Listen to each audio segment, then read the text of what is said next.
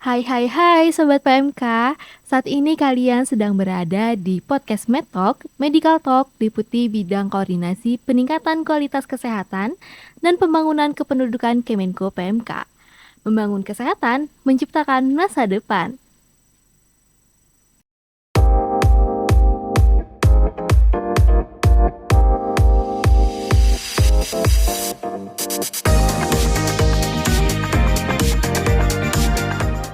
Mungkin kalian saat ini bertanya-tanya nih, siapa nih sosok yang ada di depan kalian saat ini? Mungkin kenalan dulu kali ya. Kenalin, aku Bunga Istighfariani yang akan menemani kalian selama beberapa waktu ke depan.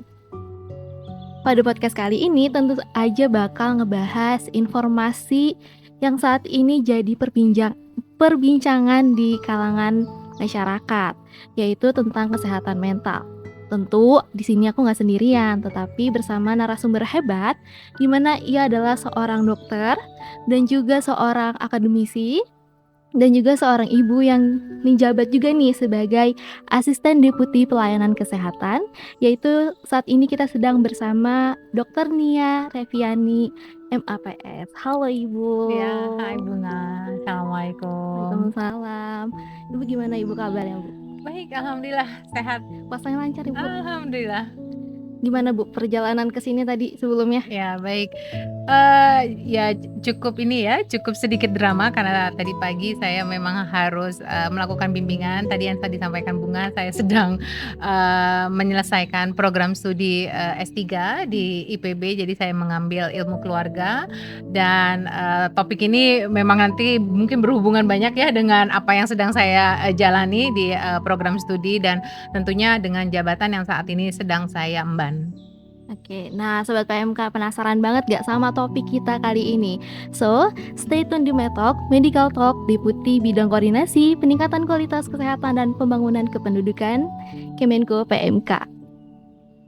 Sobat PMK, mungkin kalian sering dengar, baca, atau melihat di lingkungan kalian atau di media sosial, di mana saat ini tuh marak banget kasus bullying, bunuh diri, ataupun gangguan mental seperti khawatir, depresi, serta rasa cemas. Di mana hal tersebut jika dibiarkan akan memberikan dampak yang negatif bagi seseorang.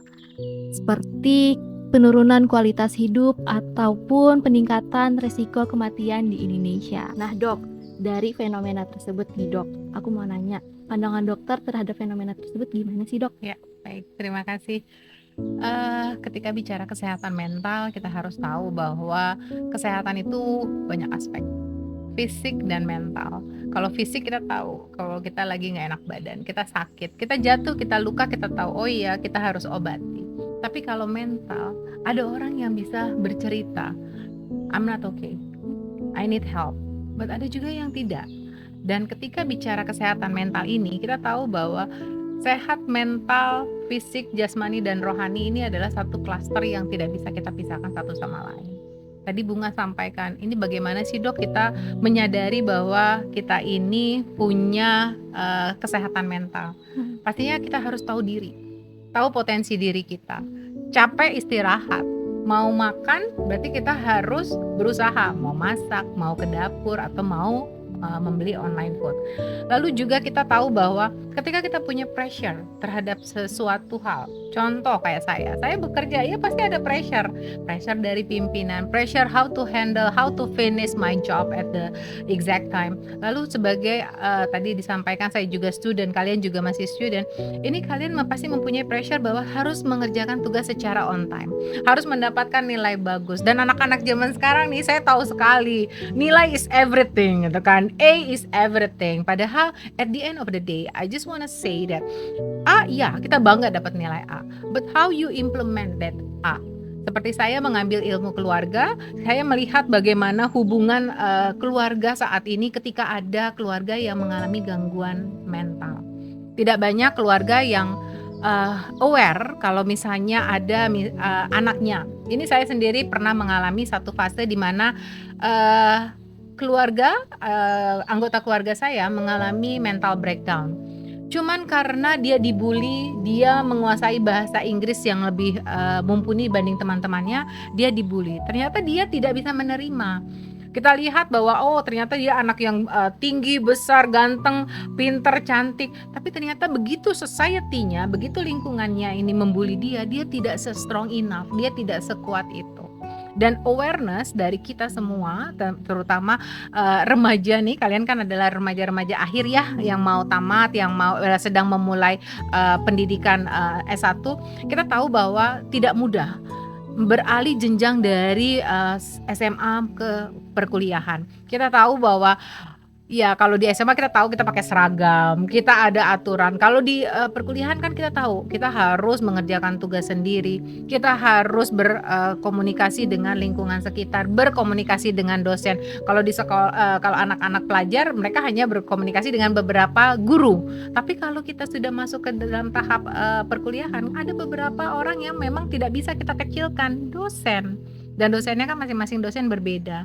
Kita dimarahin dosen satu, padahal dosennya maksudnya baik, kita sudah nangis. Ada yang dimarahin satu, kita langsung mengurung diri, tidak mau lagi melanjutkan studi. Banyak sekali kasus-kasus seperti itu. Nah, jadi sebenarnya faktornya banyak ya dok ya. Nah kalau misalkan dari dokter sendiri ada gak sih tanda-tanda atau gejala dari seseorang yang mungkin terindikasi nih dok bahwa memiliki gangguan mental? Ya, paling mudah gangguan tidur. Paling mudah. Jadi kalau kalian sudah merasa nih, kok saya nggak bisa tidur ya, kok pikiran ini kayaknya jalan muter, terus yang hobinya begadang, ini mungkin ada tanda-tanda yang memang harus kalian awasi terkait dengan kesehatan mental kalian. Saya tidak mau bilang gangguan mental apa, tetapi perubahan makan. Jadi kalau kita bilang eating disorder, sleeping disorder, terus juga kita perubahan perilaku. Yang tadinya dia hype, dia bisa bicara dengan semua orang, tiba-tiba dia jadi silent. Jadi kalau saya selalu bilang, Bunga, kamu harus lihat nih, samping kanan kiri kamu tuh siapa, depan kamu siapa. Ketika kamu duduk di kuliah di kampus, kamu lihat, ini kok teman saya berbeda ya. Teman saya yang tadinya ceria kok dia tiba-tiba berbeda. Jangan-jangan dia ada sesuatu yang sedang terjadi yang kadang-kadang kita tidak bisa awasi. Keluarga juga kadang terlewatkan, tiba-tiba berakhir dengan beberapa hal yang kita tidak inginkan. Contohnya bunuh diri, contohnya hal-hal yang menyakiti diri sendiri. Nah, berarti sebenarnya kita juga harus aware ya terhadap diri kita sendiri dan tentunya dengan orang-orang yang ada di sekitar kita ya. Yes, focusing on yourself. Kamu harus tahu bahwa kita harus fokus. Ini hidup mau ngapain? Visi misinya harus jelas. Kayak saya selalu bilang dengan teman-teman ataupun juga dengan staf-staf saya di kantor bahwa kerja itu harus pakai hati, berhati-hati. Karena at the end of the day, ketika bicara pelayanan kesehatan, ini ada orang banyak, ada nasib orang banyak yang bergantung kepada sektor kesehatan. Dan salah satunya pekerjaan yang sedang saya emban, jabatan yang sedang saya emban, ini bergelut di bidang pelayanan kesehatan. Dan salah satunya adalah mengkoordinasikan, mensinkronisasikan, mengendalikan pembangunan fasilitas pelayanan kesehatan, salah satunya rumah sakit jiwa. Nah, bukan kok kata ibu tadi kan bekerja itu sesuai dengan hati. Tapi kan kalau misalkan melihat dari sekarang ini, apapun kalau misalkan dikerja dari hati kan belum tentu menghasilkan yang apa yang kita mau gitu kan. Karena kita punya goalsnya sendiri gitu Bu. Nah, itu gimana Bu? Bersyukur. Jadi kalau saya prinsipnya kembali bersyukur. Dapatnya 3 juta nih gitu kan. Jadi PNS gajinya kecil gitu kan. Ya sudah, jangan cepat-cepat kalian langsung keluar dari pekerjaan itu, mencari pekerjaan yang baik. Karena belum tentu, kalau saya selalu bilang ada 2 hal. Kalian bertemu dengan orang itu untuk mendapatkan 2 hal. Yang pertama adalah pelajaran hidup, yang kedua mendapatkan kenangan hidup. Kalau yang baik pasti membuat jadi kenangan kan. Kamu, oh iya ya, Dokter Nia baik, oh Bunga cantik, Bunga baik. Tapi kalau ada orang yang memang mungkin di dalam satu pekerjaannya dia membuat agak sedikit bermasalah di dalam pekerjaannya, dia akan menjadi permasalahan hidup untuk dia. Dan ini kan akan menjadi problem untuk orang banyak di sekitar dia sendiri, bukan hanya dia pribadi seperti itu.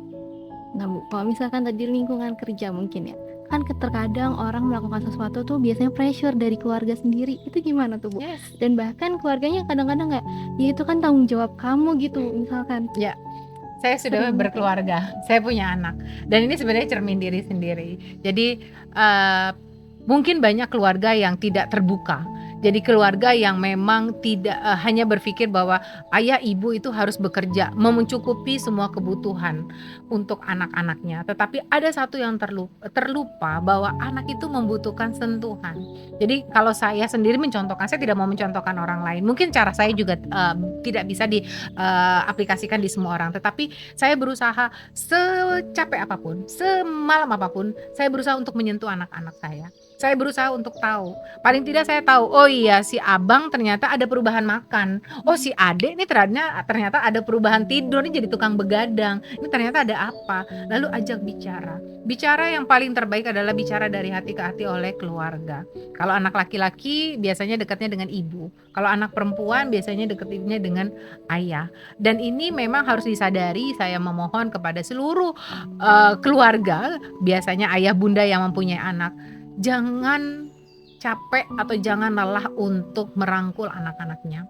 Karena at the end of the day, ketika dia berhasil, ini akan menjadi kebanggaan kita. Ketika dia hancur, kitalah orang yang paling terimbas dari sebuah kehancuran anak. Dan mudah-mudahan sih tidak ada ya yang mau orang tua melihat anaknya hancur. Tidak ada satupun orang tua di dunia ini yang mau melihat anaknya itu hancur. Tapi Dok, kalau misalkan anak tersebut nih punya kayak rasa takut buat cerita ke orang, atau bahkan dia punya trauma nih, kayak dia ingin cerita ke orang tuanya, tapi ada satu momen dia tuh cerita justru dapat respon yang enggak seperti yang dia harapkan, itu Ya. gimana Dok? Banyak. Ini saya sendiri kebetulan saya masih menjadi dosen di Fakultas Kedokteran FKUKI, dan ini mereka sendiri bilang bahwa mereka nggak dekat dengan orang tuanya. Mereka lebih dekat dengan teman-temannya. Gunakan teman-teman sebaya. Gunakan teman-teman yang memang kamu pikir dia adalah teman-teman yang memberikan reaksi positif. Jadi kalau berteman jangan yang negatif. Berteman itu yang sama-sama, yuk biar kita cepat selesai kuliah. Yuk biar kita cepat kerja, terus kita punya uang sendiri. Itu kalau bahasa anak sekarang healing. Jadi teman-teman yang positif. Kalau udah temen dia negatif, dia cuman cerita permasalahannya, dia cuman minjem duit, kalau saya bilang just let it go. Tapi kita lihat temen ini kita harus hati-hati, karena temen kalau tidak bisa kita pilih-pilih, kita sendiri yang akan terimbas. Dan kalau ada teman yang memang dia susah untuk bicara, biasanya intuisi dari teman-teman dari lingkungan, kenapa ya Bunga jadi pendiam, sosok pendiam? Kenapa ya Bunga sekarang murung? Bunga cepet-cepet pulang kalau selesai kuliah. Lalu biasanya akan ada satu orang ataupun teman-teman di sekitarnya Bunga yang kalau saya selalu bilang, orang yang punya hati itu akan ada dimanapun. Dia tumbuh. Jadi dia pasti akan menyentuh Bunga. Dia pasti akan, Bunga kenapa? Dan itu kayak feeling aja. Ini kayak saya di kantor seperti itu. Saya punya staff-staff nih. Staff-staff saya masih muda-muda. Saya sudah tidak terlalu muda tapi masih muda. Jadi staff-staff saya udah tahu nih kalau udah mukanya breakout, terus dia tiba-tiba yang tadinya pakai lipstik dia nggak pakai lipstik, terus yang pakai eyeliner nih mukanya pucat bener. Saya bilang, ini biasanya nanti saya sentuh. Kenapa? Putus, ada masalah. Kenapa? Udah, cowok masih banyak, cari yang lain. Cewek masih banyak, cari yang lain. Oh enggak Bu, enggak. Tapi akhirnya apa? Mereka akan cerita. Kenapa? Ada orang-orang yang akan selalu aware, dan biasanya tanpa kita sadari. Gitu. Sama seperti ketika saya kemarin tadi yang saya bilang, saya punya ada anggota keluarga saya yang cukup terpukul lah ya waktu itu. Dia mental breakdown dan dia dibully, dan saya adalah orang pertama yang harus melakukan sesuatu. Apa? Saya tidak mau dia ada di lingkungan bully itu. Lalu saya tarik dari tempat itu supaya dia tidak merasakan sakit yang teramat sangat yang akan berkepanjangan. Kenapa? Kita tahu dia punya tujuan hidup yang jelas. Anak itu semuanya punya tujuan hidup. Saya tanya satu-satu anak-anak, pasti mereka mau jadi orang sukses. Mereka mau lebih dari orang tuanya. Mereka mau membahagiakan orang tuanya. Dan ini yang harus kita pahami, bahwa hubungan sosial, hubungan keluarga ini harus sehat. Bukan hanya sehat fisik, mental, jasmani, rohani, tapi yang hubungan yang paling baik, hubungan yang memang harus kita bina ini adalah hubungan sosial. Pilih-pilih. Nah Bu, kalau misalkan nih dari orang-orang juga kan saat ini belum ada, maksudnya masih ada beberapa orang yang belum bisa nerima nih bahwa kalau misalkan orang ini terkena gangguan mental, justru malah dikucilkan tuh Bu. Gimana ya pasung. Banyak sekali praktek pasung yang saat ini terjadi. Kenapa? Keluarga khususnya bingung mau ngapain gitu kan. Ada anak ngamuk-ngamuk gara-gara 3 tahun kita COVID-19. Handphone ditarik, tiba-tiba dia ngamuk, dia pukulin orang tuanya, dia ngamuk, dia banting semuanya. Apa yang terjadi? Saya tidak bisa menyalahkan bahwa tidak boleh dipasung segala macam. Dia mau ke fasilitas kesehatan, dia mau ke puskesmas, ternyata jauh aksesnya. Dia mau ke psikolog atau ke psikiater, dia tahu dia nggak punya uang. Jadi apa yang dia buat? Dia kurung anaknya. Yang ada bukan anaknya bertambah sehat, tetapi anaknya makin menjadi. Dan tadi yang Bunga sampaikan, harus mencari pertolongan. Kan pemerintah sekarang sudah berkomitmen memberikan seluruh pelayanan kesehatan yang paripurna. Dan ini memang harus dipahami bahwa ketika kita sudah tahu nih anak kita bermasalah atau ada keluarga yang bermasalah, segeralah bawa kepada tenaga kesehatan yang kompeten. Jangan mentang-mentang ini biasanya dibawa ke orang pintar gitu kan. Ya orang pintar, saya sih percaya ya orang pintar ya pasti ada gitu kan. Tapi tolonglah kalau sudah bicara tentang kesehatan, bawa kepada orang yang memang berkompeten. Tempat yang memang memberikan pelayanan kesehatan, bukan tempat yang aneh-aneh seperti itu. Oke Bu, kalau misalkan dari usia produktif atau nggak usia aku kayak gini nih Bu, biasanya apa aja sih Bu yang dialami oleh anak-anak usia produktif, manusia yang atau masyarakat usia produktif itu Bu? Ya, ketakutan masa depan. Ini anak-anak yang sekarang kan seperti itu. Aduh saya ini curhatan sih ya. Jadi saya bicara juga based on data, based on juga kejadian yang ada di sekitar. Jadi ketakutan akan masa depannya. Mau apa sih habis ini gitu kan? Selesai kuliah kita mau apa? Mau kerja di mana? Begitu udah kerja dapat gajinya kecil langsung buru-buru out gitu kan. Tanpa harus melihat bahwa saya bisa di posisi seperti ini juga saya harus berkarir 16 tahun baru sampai di posisi asisten deputy. Tidak mudah, iya, tidak murah, iya.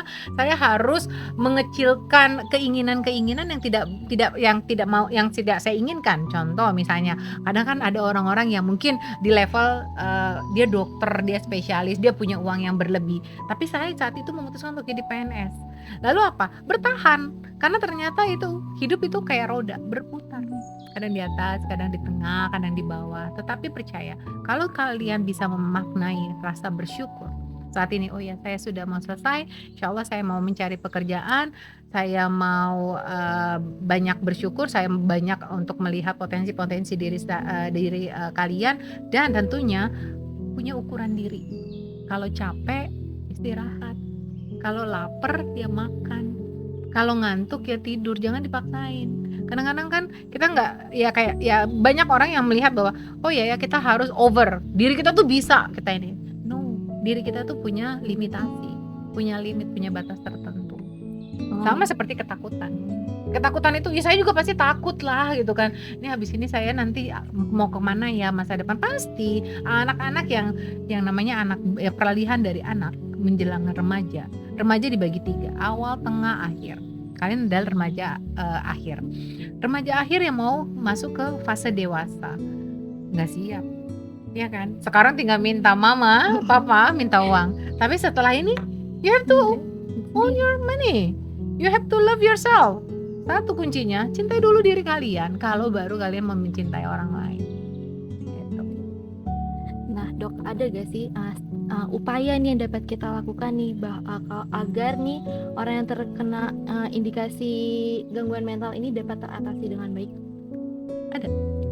Begitu kita tahu dia ada tanda-tanda gangguan, bawalah ke fasilitas kesehatan yang tadi saya sampaikan. Jangan malu.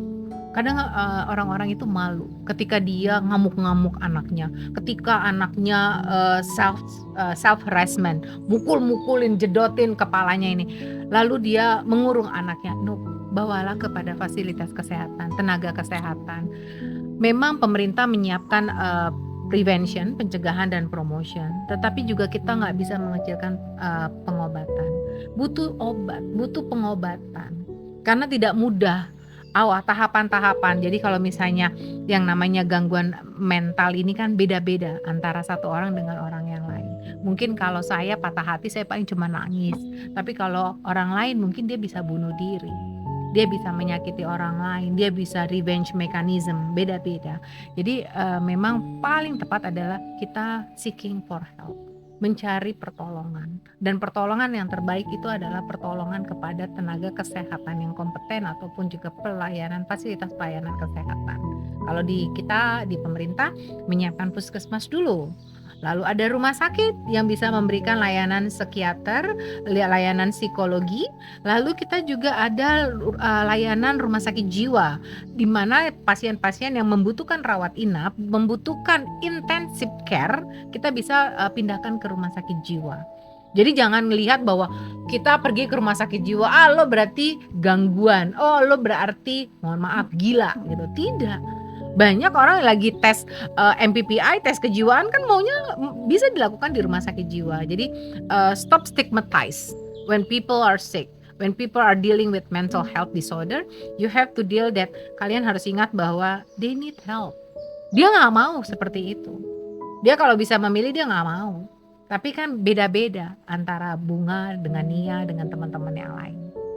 Nah dok, tadi kan kalau misalkan soal putus cinta nih dok, ada nih cerita kalau misalkan dia putus cinta tapi justru dia self harm gitu dok.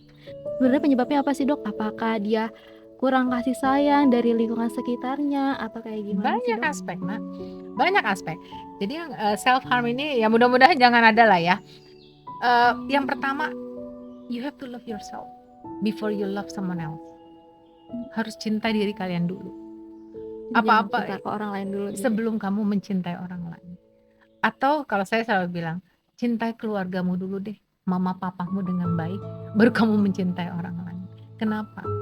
Restu kalau di Al-Quran jelas, surga di telapak kaki ibu.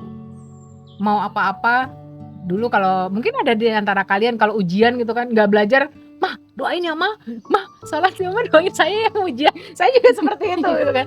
Tapi manjur-manjur aja. Tapi memang benar doa orang tua, doa seorang ibu kepada anak, doa seorang ayah kepada anak. Bagaimana mencegah self harassment ini?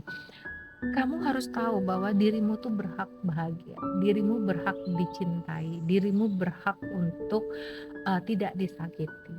Lalu kamu harus punya benteng yang namanya Allah Subhanahu wa Ta'ala. Bersyukur nak. Oh iya ya, untung gue putus sama dia. Ternyata dia tukang selingkuh. Oh iya ya, gue bersyukur putus sama dia. Ternyata gue dipelorotin uang gue. Kan bahasa anak sekarang ya begitu ya, mohon maaf. Jadi hal-hal yang seperti itu yang harus kalian, ya mungkin ketemunya ketika kalian sudah putus. Ini kan kalau anak-anak yang bucin-bucin nih, bucin benar kan bucin? Iya, bucin. Udah cinta ya? Iya. Ya. Kalau dulu saya juga mungkin ada ya bucin, tapi kita nggak bilangnya bucin gitu kan. Jadi bucin-bucin ini sebenarnya in a good way and in a negative way.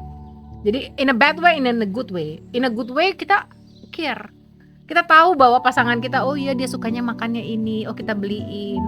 In a bad way, you spend lots of money. Dia sukanya merek-merek makanan Eropa, kamu beliin. Berapa uang yang kamu minta dari orang tuamu? That's your family money. It's not him money. Kalau saya sih bilang kalau dia duitnya dia nggak masalah. Kalau dia udah kerja, kalian mau bucin-bucin nggak masalah. Tapi juga lihat, kalau dia sudah melakukan sesuatu yang memang tidak diperkenankan oleh agama, kembali. Kalau tidak diperkenankan oleh agama, leave it. Buat apa? Kalau misalkan dia punya trauma sendiri dok, kayak akhirnya dia nggak mau berbaur dengan lingkungan sekitar, itu gimana dok? Heal. Itu masuk gangguan mental gak sih dok? Bisa. Healing. Kamu harus sembuhkan. Apa yang bisa kamu mau buat? Misalnya bicara sama mama papa, ya bicara. Atau misalnya kamu pergi gitu kan. Kalau anak-anak sekarang nih healing gitu kan, ke gunung, ke pantai gitu kan, ke sungai yang ada batu-batu gede, itu kayaknya udah healing gitu kan. Jadi lakukan apa yang kamu suka. Kalau saya misalnya saya capek gitu kan, udah stres gitu, udah disertasi nggak maju-maju, udah kerjaan kantor nggak selesai-selesai, lalu apa yang saya buat? Tidur. Ada orang-orang yang memang tidur. Dia healingnya dia tidur gitu, hibernasi kalau bahasa yang anak-anak zaman sekarang gitu kan. Tapi ada juga yang mempercantik diri, ya rambutnya diulek-ulek segala macam dengan warna-warni. Mohon maaf. Terus juga dia lari. Kalau sekarang kan gitu 42 kilo. Saya bilang ya Allah 42 kilo ya gitu kan. Tapi ya itu adalah salah satu cara untuk mencintai dirinya, untuk dia knowing their self. Dan seperti saya ya, akhirnya saya tahu bahwa healingnya dokter Nia itu tidur. Jadi kalau saya udah tidur tuh Rizka tuh biasanya akan nelfon staff-staff saya, kalau misalnya urgent dia akan nelfon anak saya. Karena saya biasanya sudah hilang dari Mungkin ibu peredaran. sebenarnya butuh istirahat Bu selama ini Bu. Yes. Ya memang butuh istirahat. Semua manusia butuh istirahat. Nah, ya makanya tadi saya bilang gangguan paling awal dari tanda-tanda gangguan kejiwaan atau gangguan mental itu adalah sleeping disorder. Jadi if you cannot sleep after 12, I think you have to seeking for help. Nah, kalau misalkan kita susah tidur gitu gimana Bu? Kalau Iya, misalkan itu that's what I mean. Jadi kamu harus mencari pertolongan. Karena it's not normal. Do you think it's normal? Kamu nggak bisa tidur, terus besok pagi kamu masih high, masih dengan lipstik merah dan segala macam. It's not normal. pertolongannya itu biasanya dalam bentuk apa sih kalau boleh tahu? Yang paling gampang, paling mudah, kamu rilis apa yang sekarang menjadi beban. Seperti apa rilisnya? Misalnya kamu kesel nih sama teman atau sama pacar, bicara. Terus kamu misalnya lagi butuh pertolongan, misalnya kamu butuh uang untuk membayar kuliah. Kamu lihat siapa yang bisa kamu mintai tolong. Misalnya uangnya kepake nih gara-gara pacaran, bucin-bucinan, beliin barang-barang branded untuk pacarnya gitu kan. Kepake nih uang kuliah. Kamu apa yang kamu lakukan? Talk to your mom and dad.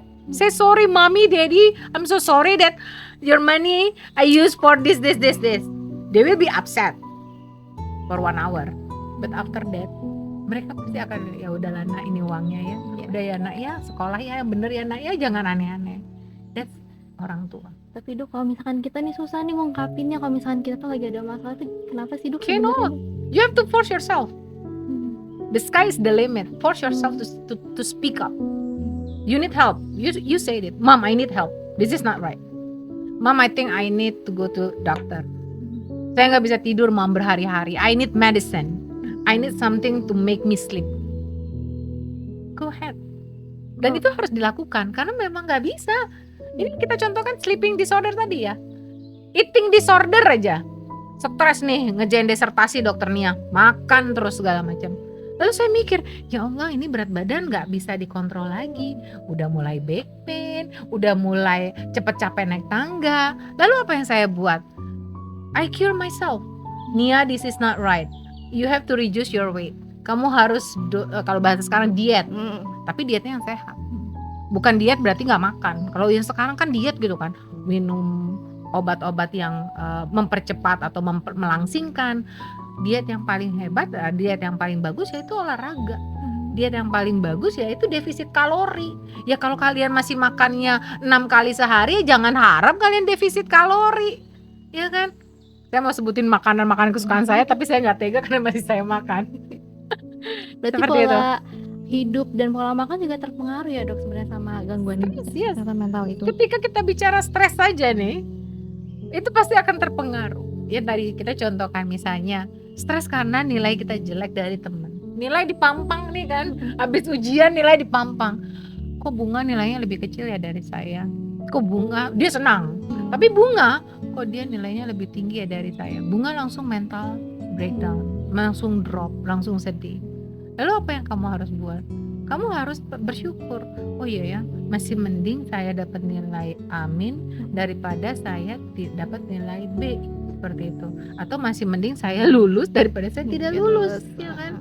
Kenapa? Kalau tidak lulus berarti kan ada additional money yang akan dikeluarkan oleh orang tua. Jadi sebenarnya kita juga intinya adalah bersyukur ya Dok ya. Dan kalau misalkan butuh bantuan dari orang lain atau kita sudah merasa kayak ada yang nggak beres nih sama diri kita, bilang ke orang tua atau bahkan kita ke profesional sekalian aja lebih baik gitu ya Dok.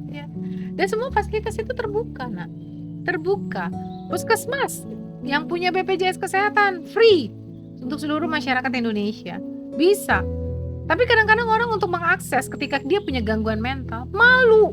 Udah nggak usah malu-malu. Daripada nanti ada fase perburukan, daripada endingnya kalian harus menempuh hal-hal yang tidak kita inginkan. Misalnya kita tinggal di rumah sakit jiwa karena harus ada intensive care yang harus kita jalani. Jangan sampai. Tapi banyak bengong gitu kan, karena nilainya, karena putus cinta. Lalu endingnya apa? Dia harus menginap. Dia harus jadi pasien tetap di rumah sakit jiwa. Mending kalau dapat di rumah sakit jiwa. Di jalanan banyak Jadi kalau kalian lihat yang orang-orang yang berkeliaran di jalan itu, ya we feel sorry. Karena seharusnya mereka dilakukan pengobatan supaya mereka tidak jatuh kepada fase yang lebih buruk lagi. Endingnya apa sih? Banyak orang yang berakhir dengan bunuh diri. Patah hati sedikit langsung loncat dari gedung. Orang tua bercerai langsung loncat dari gedung. Kan tidak seperti itu. Semuanya bisa kita solve. Jadi ada gak pesan dok kepada masyarakat Indonesia agar lebih aware lagi nih terhadap kesehatan mental? Ya, yang pertama, love yourself.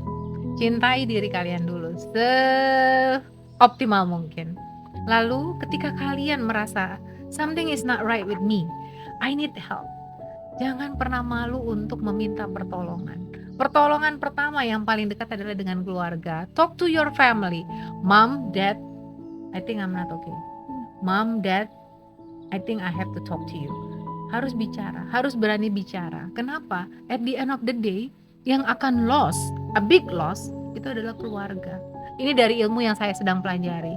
Karena mau anak berhasil, mau anak tidak berhasil, yang menentukan, yang mempengaruhi, itu yang paling pertama adalah keluarga. Dan bukan saya bilang bahwa, tapi kan keluarga ada yang keluarga utuh, ada yang broken. Nanti kita di fase yang selanjutnya kita akan bahas. Tentu pasti ada. Dan semuanya pasti akan ada yang namanya mental, bukan gangguan ya, tapi mungkin ada ketidakseimbangan. Tetapi semuanya ketika kita tahu bahwa kita sudah melakukan hal yang tadi saya sebutkan, insya Allah yang paling awal adalah bicara. Jangan pernah takut bicara. Tapi kan kadang-kadang kita malu ya mengakui gitu loh kalau kita ternyata dibully. Karena begitu dibully ya ternyata dibulinya karena dia badannya besar, dikatain giant di sekolah. Kan banyak anak-anak SMP tiba-tiba dia nggak mau sekolah. Tapi kalau ibu atau ayah yang care, dia akan tanya dari hati ke hati, kenapa sih nak kamu nggak mau sekolah? Apa sih nak salah kami sebagai orang tua sampai kamu tidak mau sekolah? Biasanya seperti itu. Jadi sebenarnya keluarga pokoknya nomor satu sobat PMK. Ya. Terus jangan lupa buat kasih tahu ke keluarga kalau misalkan diri kita tuh udah nggak enak atau ada pikiran-pikiran yang ada di pikiran kalian. Ya, betul sekali. Nah, Sobat PMK, itu dia tadi informasi dari Dokter Nia terkait dengan kesehatan mental serta pelayanannya. Kita ketahui bahwa kesehatan mental tersebut merupakan salah satu aspek penting yang perlu kita sadari di kehidupan kita. Dan ternyata banyak faktor yang mempengaruhi munculnya atau timbulnya gangguan kesehatan mental. Jadi buat Sobat PMK, jangan ragu lagi atau jangan takut lagi untuk bercerita kepada orang-orang yang ada di lingkungan sekitar kalian. Dan ternyata nih Sobat PMK, kalian bisa banget nih menggunakan BPJS kalian untuk mendapatkan pelayanan kesehatan mental tersebut. Dokter Nia, terima kasih banyak sudah berbagi informasi kepada kita semua. Semoga informasinya bermanfaat ya dan dapat menambah wawasan dan penonton juga bisa lebih aware lagi nih sama kesehatan mental. Nah buat Sobat PMK juga yang pengen berbagi pandangan atau cerita bisa banget nih komentar atau DM di @deputi3_kemenko_pmk. Jangan lupa like and share ke sosial media kalian. Dan terima kasih sudah menonton podcast ini. See you next episode.